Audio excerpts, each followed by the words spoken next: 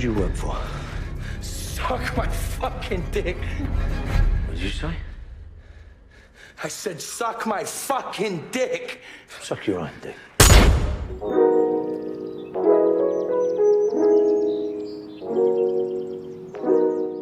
Apa kabar semua, masih dalam kondisi sehat? Ya, kali ini gue bakal bahas film terbarunya Jason Statham. Kita tidak asing lagi dengan orang ini, karena telah banyak sekali memerankan sosok pembunuh yang mengerikan. Film yang berjudul Wrath of Man ini disutradarai oleh Guy Ritchie yang juga membuat Robert Downey Jr. terkenal dengan film Sherlock Holmes-nya.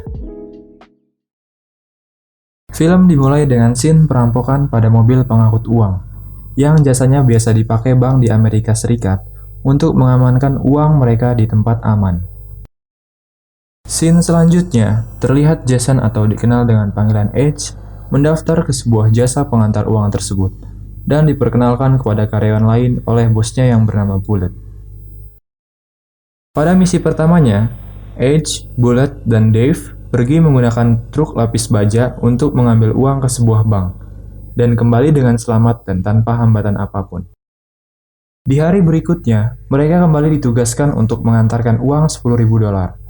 Tetapi Bullet terbegal saat ingin menuju mobil. Terlihat mobil si pembegal yang membawa Bullet menyuruh memindahkan uang yang dibawa ke mobil kap yang tepat berada di belakangnya. Tapi bagi si H, yang sudah berpengalaman dalam bunuh-bunuhan, hal semacam ini tidak ada apa-apanya, dan ia malah mengejek Dave yang di awal songongnya minta ampun. You right, Dave? Did you make poo-poo? 3 bulan kemudian terlihat H dan Bullet menjalankan misinya lagi.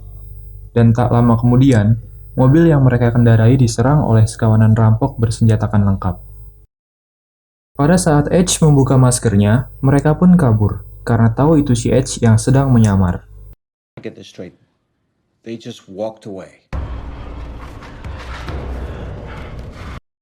Scene selanjutnya ya, si H habis bercocok tanam dengan Dana di rumahnya.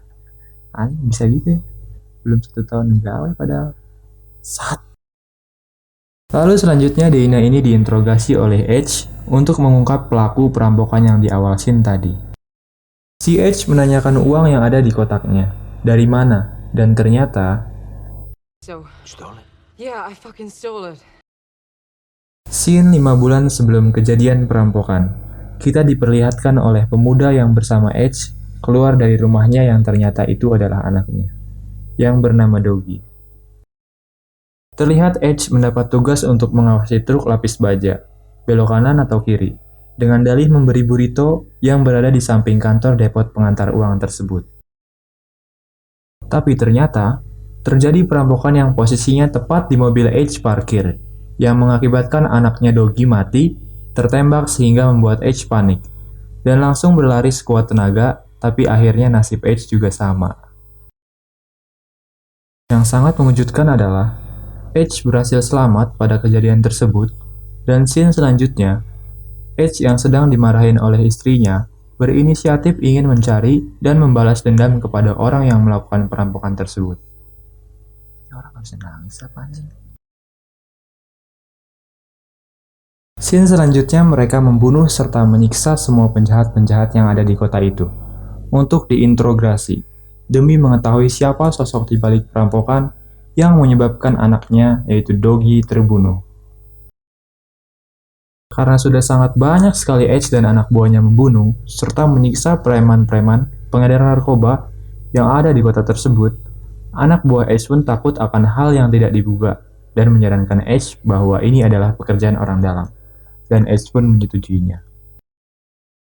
Scene selanjutnya kita diperlihatkan orang-orang yang berkumpul di rumah salah seorang tersebut, yang tak lain mereka adalah penjahat yang menyebabkan Doggy terbunuh. Mereka menyiapkan untuk rencana perampokan selanjutnya yang targetnya jauh lebih besar dari mobil lapis baja pengangkut uang, yaitu depot, yang tak lain ialah markas jasa pengantar uang tersebut yang di dalamnya terdapat lebih dari $150 juta. Seusai melakukan tugasnya, H dan Bullet berbincang di dalam mobil yang ternyata si Bullet ini ialah orang dalam yang bekerja sama untuk merampok mobil pengantar uang yang menyebabkan anaknya Edge terbunuh.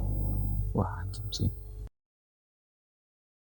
Dalam perbincangan tersebut, Bullet memaksa Edge untuk tidak menghalangi dalam aksinya kali ini, untuk membawa masuk para teman rampoknya ke dalam markas yang di dalamnya terdapat ratusan juta dolar. Terlihat Bullet dan Edge sudah sampai di markas dengan muatan para rampok yang siap membantai semua anggota para pengantar uang tersebut.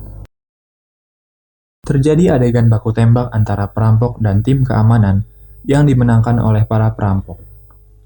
Dengan keadaan Edge yang terikat dan momen yang sangat mendukung, Edge berhasil melumpuhkan satu rampok karena teralihkan perhatiannya oleh tim yang menembaki para rampok tersebut. Dengan keahliannya, Edge menghajar membabi buta para rampok dengan menyamar menggunakan topeng yang dipakai para rampok tersebut. Terjadi adegan kejar-kejaran dengan polisi dan rampok yang menggunakan mobil lapis baja. Mereka memasuki gedung tua dengan terowongan bawah tanahnya, yang polisi pun tidak mengetahui bahwa adanya terowongan tersebut. Setelah berhasil memindahkan uangnya, tanpa diduga si Jan membunuh bosnya.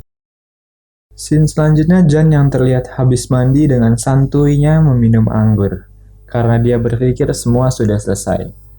Ternyata, ya, sang jagoan pun ingin membalaskan dendam atas apa yang Jan perbuat kepada anaknya. Tamat. Terima kasih telah menonton video ini. Jangan lupa support dengan cara subscribe dan like sebanyak-banyaknya. See you next time.